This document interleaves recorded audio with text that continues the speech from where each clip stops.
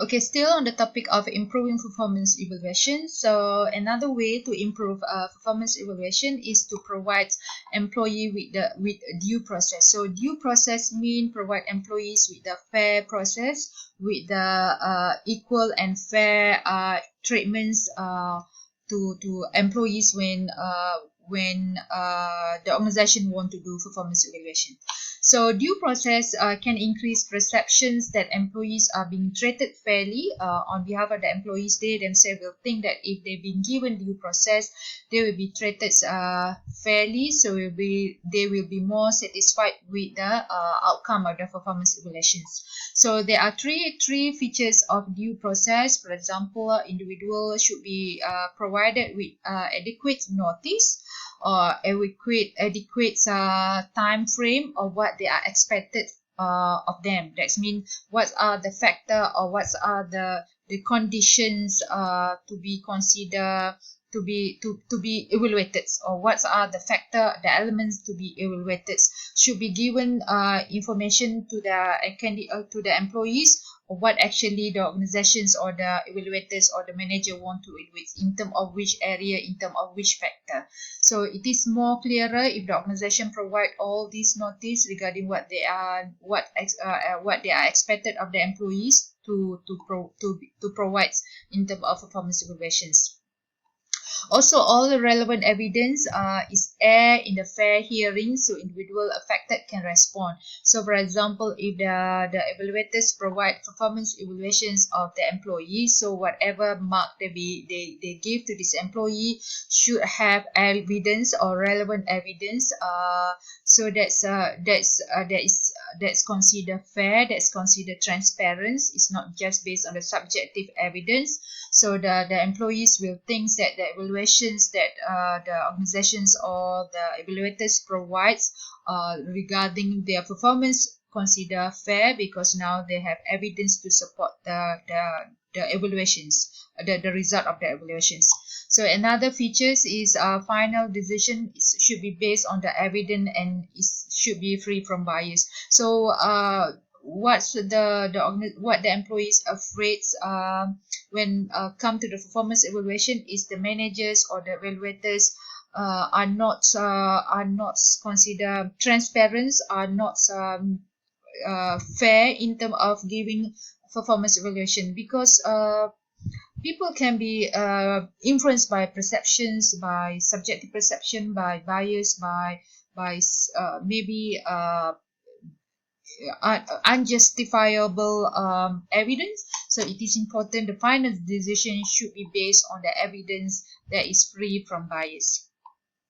Another things is to improve performance evaluation is to provide also the performance appraisal or the performance evaluation results online. This also could enhance due process, the fair process. If let's say the organization, when they post online, they will be more alert, they will be more fair, because if not, they will be sued by the employees for the bias or for the unequal or for the unfairness in terms of giving evaluations. So by posting appraisal or evaluation online, employees can see their own performance score exactly as the supervisor entered them. So this also the practice of USM when USM provides the evaluations to the staff. They also put online that staff and also the boss can see their results, not anyone else, but only the person the person that been evaluated and the boss that can only see the result, not other people, not other employees. So this actually can if employees are not satisfied with the result, they can go straight to the managers or their boss to complain about this, and they need to provide evidence to support why the evaluations are not accurate or not fair being given to them. So it's considered, it's a due process. Is the process is considered transparent and based on the evidence. And providing feedback. So the performance evaluation is not only just the evaluators or the managers on behalf of the organization provide the result of the performance evaluation of the employees. The employees also, the managers also, or the evaluators also need to provide performance feedback to the employees. It is also not fair just to expect something from the employees but without giving some feedbacks or response regarding their performance. If they didn't provide the feedbacks, how the employees going to improve their performance. So it is important regarding the performance evaluations is to provide the performance feedbacks of regarding of what employees needed in order to improve their performance and so on. Normally, providing feedbacks is quite uncomfortable for the managers, especially when they have to inform the employees regarding the weaknesses of the employees. So not many people like to be informed regarding their weaknesses. Many can become more aggressive and can become more defensive in try to defend their strength, even though it's actually weaknesses, quite obvious. So managers are often uncomfortable discussing weaknesses with the employees. In fact, they rarely want to discuss about the employees' weaknesses unless if the managers are pressured by the organization, especially when the organizational policies and control a kind of they have to exercise the organizational policy and control. They need to provide feedback to the employees, so they have to, so they need to provide. So normally they are not really comfortable. Of course, quite difficult to find people to just mention about the weaknesses, about the problems and so on. So but however, without informing the employees about their weaknesses, the performance will not be improved. So managers need to provide the feedbacks to the employees, especially regarding the weaknesses, in order to improve their performance. Managers are more likely to ignore discussing feedbacks, but because they have been pressured, sometimes they have to. But the solution to the problem is not to ignore, to ignore discussing the weaknesses or providing the feedback to the employees, but actually to train. It is important to train the managers to conduct more constructive feedback session with the employees. If the managers been trained in terms of how to communicate well with the employees, how to approach employees well in terms of discussing with their weaknesses, to provide constructive feedbacks, employees can sometimes become more acceptable, become more acceptable, become more responsive to the feedbacks. So it is important to train the managers to conduct constructive feedback sessions. So that's the points of having a performance evaluation actually could be improved. So it is important also when we talk about performance evaluation is to have, especially for the company, international company who have international employees or international need to send their managers to the international assignments. It is important also to know a little bit about the international variation in terms of performance appraisal. So for the culture, it's depend on the culture. Performance appraisal is also depend on the culture. For example, in the individual-oriented culture, such as in the United States and many of the European countries, they emphasize more on the formal performance evaluation system than informal. So for this country of individual-oriented culture, they are focusing more on the formal performance appraisal, especially those countries or those employees or managers who come from the culture of high assertiveness. High assertiveness belong to the cultures of individual-oriented culture, individualistic culture. High in uncertainty avoidance also come from the individualistic culture.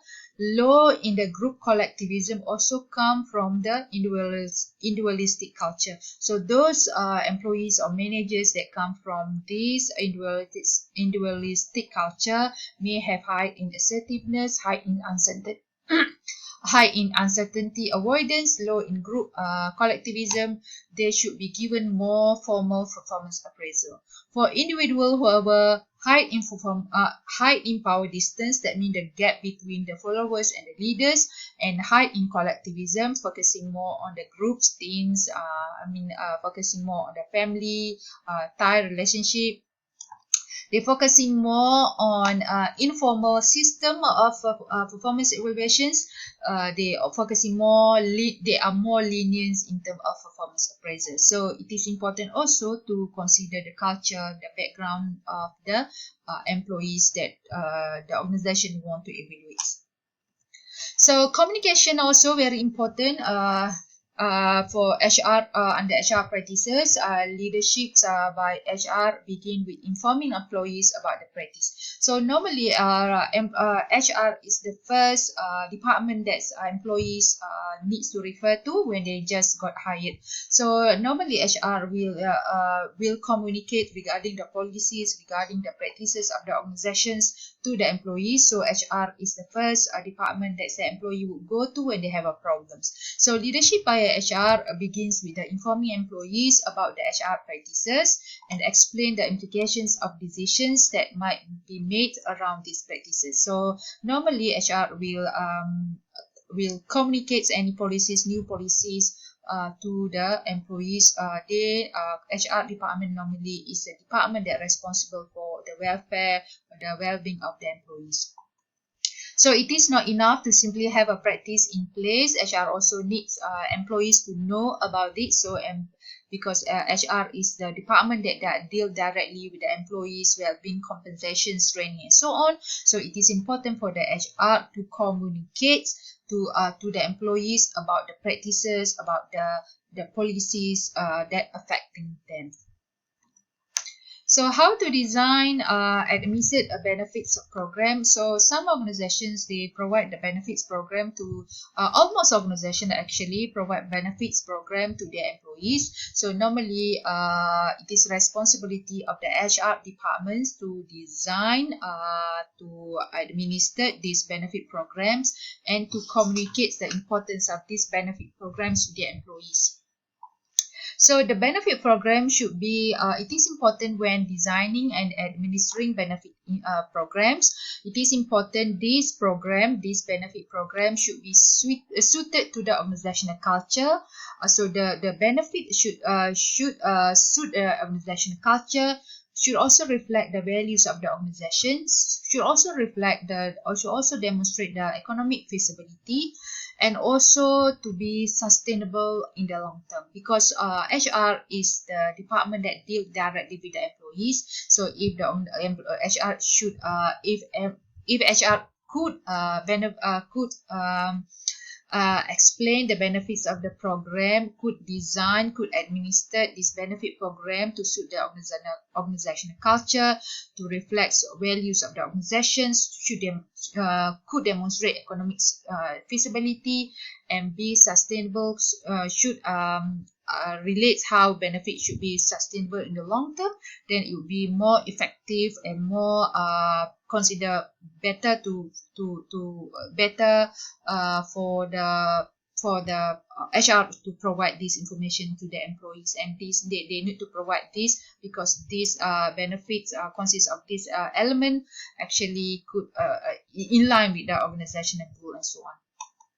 So benefits will likely improve employee psychological well-being and therefore increase organizational performance. So if let's say these benefits are actually desired by the employees, and if this benefit are not only desired but also suit with the organizational culture, values, economic and sustainable, of course it will give more positive effect to the organization in terms of organizational performance and also in terms of employee psychological well-being. So it's good for all, not only for the organization but also for employees.